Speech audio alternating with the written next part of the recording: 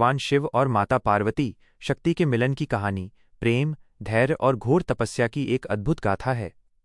यह कहानी हमें सिखाती है कि सच्ची भक्ति से ईश्वर को भी पाया जा सकता है। कहानी की शुरुआत माता सती से होती है। सती ने अपने पिता दक्ष के अपमान से दुखी होकर यज्ञ की अग्नि में अपने प्राण त्याग दिए थे। उनके जाने के दुख में शिव गहरे शोक में डूब गए और संसार से विरक्त होकर हिमालय की गुफाओं में समाधि ले ली। पूरी सृष्टि असंतुलित होने लगी क्योंकि शिव के बिना शक्ति अधूरी थी। माता सती ने पुनर्जन्म लिया हिमालय राज की पुत्री पार्वती के रूप में। बचपन से ही पार्वती के मन में शिव के प्रति अगाध प्रेम था।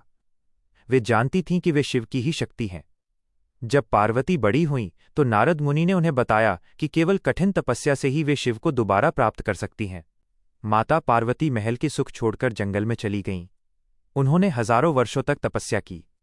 शुरुआत में उन्होंने केवल फल फूल खाए, फिर केवल पत्तों पर जीवित रहीं, इसलिए उनका नाम अपर्णा पड़ा। अंत में उन्होंने अन्न जल सब त्याग दिया।